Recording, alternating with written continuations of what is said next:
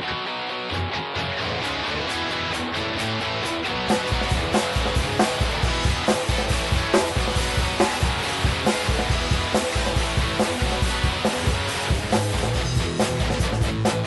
listening to Doin Speed, a Speed Racer podcast, a fun look back at the classic animated series. And now, your host.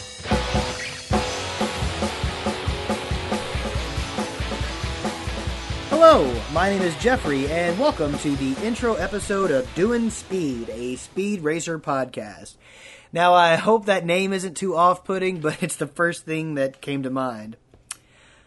Few things about me. I grew up in the era of Star Wars, Pac-Man, and G.I. Joe. I got to see the rise of VHS, video gaming, and the fall of the Berlin Wall. I'm now an adult, quote-unquote, but I continue my pursuit of toys, comics, cartoons, and video games. I'm a fan of many YouTube shows and have been doing my own videos as Revenge Creature Reviews for over a year now. I'm also 4 episodes into another podcast I do with my friend Dave called Nerd Invasion, which we post to YouTube and is basically a very loose, almost rambling discussion of nerd nostalgia. But I've been wanting to do a more focused podcast with an actual RSS feed, just to see if I can pull it off. So, 2 or 3 weeks ago, I saw that Speed Racer was being released on Blu-ray, the whole series, and even though I already own it on DVD, it's in my attic, and with this southern heat, I have no motivation to go up there and look for it. So I dropped by our local Best Buy, picked it up, and decided this would be the subject of my new venture. I think my first exposure to the show was more than likely catching a random episode here or there during my early youth. However, shows like G-Force and Voltron were more familiar to me growing up. The point at which I was reintroduced to Speed was in the early 90s when MTV was rerunning it at night. At that time, I had a weekend ritual. Speed Racer on MTV, then over to Comedy Central for Kids in the Hall, and finally MST3K. Those were the salad days. During those viewings, I would take copious notes, all of which have been lost to the sands of time, sadly. I was fascinated by the overall bizarre nature, the frantic pacing, the odd dialogue delivery, strange character names. The whole thing just came off like a fever dream. And over the years, I've collected various VHS and DVD releases of the show, my favorite being a set from, I think, the late 2000s that had a rubber tire tread on the slipcase and even played the theme song. And that is how you package a DVD set. Now, this Blu-ray has a bit of controversy behind it, as it states on the packaging that it has the original Japanese dialogue with English subtitles as an option. But sadly, that's not the case. Which means later this year I'll be buying that version to compare the two and see if they hold any new gold or any changes to the show I know. Which means I've got at least 2 years of material, so that's pretty cool. Plus, there's been at least 2 reboots of the show and the live-action Wachowski Brothers film, all of which I plan on covering at some point. So now that you know kind of where I'm coming from, let's jump into a little history of the show.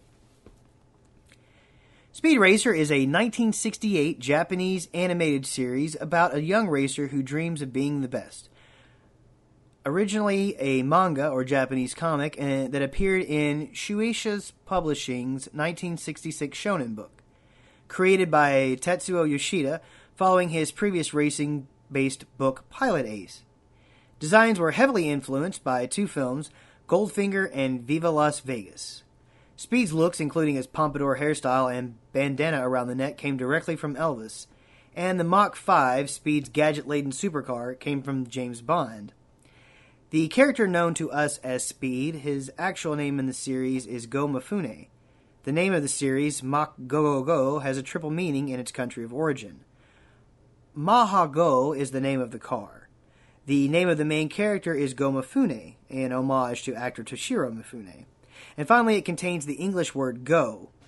In the American version, the name Mach 5 comes from the number 5 on the door, but actually in Japanese, the word for number 5, go, its kanji character go actually means item number.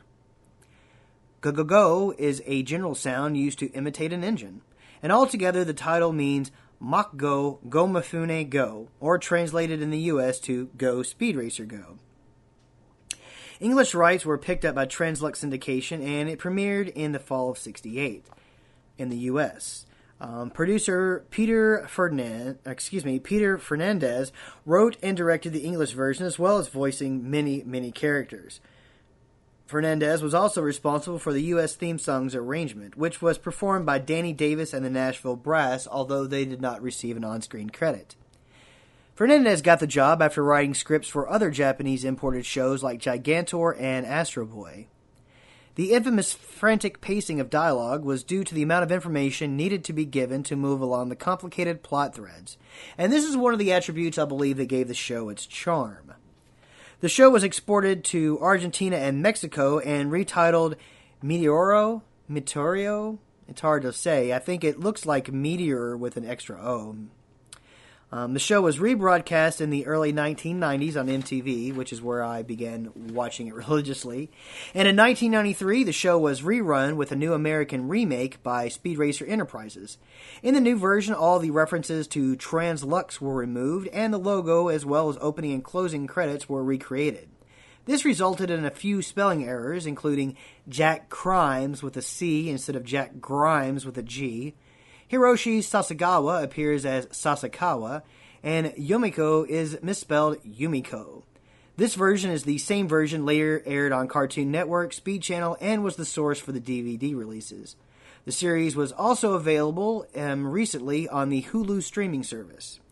It's been released many times on VHS and DVD, the most recently being the Blu-ray that I spoke of this summer of 2017 by Funimation. So there you go, a little background on myself and the show, before I start the series proper with Episode 1, The Great Idea. So, thanks for listening. You can find the show on YouTube, Podbean, and SoundCloud. Just search Doin Speed Podcast. You can email the show, that's doinspeedpod@gmail.com. The show has a Twitter, that's @doinspeedpod. And you can find my other podcast on YouTube, that's Nerd Invasion Podcast, and find my vlogs and toy collection videos on YouTube by searching Revenge Creature Reviews. The intro music to the show is by Dashing Skull Club, a music project I've been involved with for many years, and you can also find our stuff on Reverb Nation and YouTube. Thanks so much for listening. Please tell your friends and help spread the love, and I'll talk to you guys soon. Peace.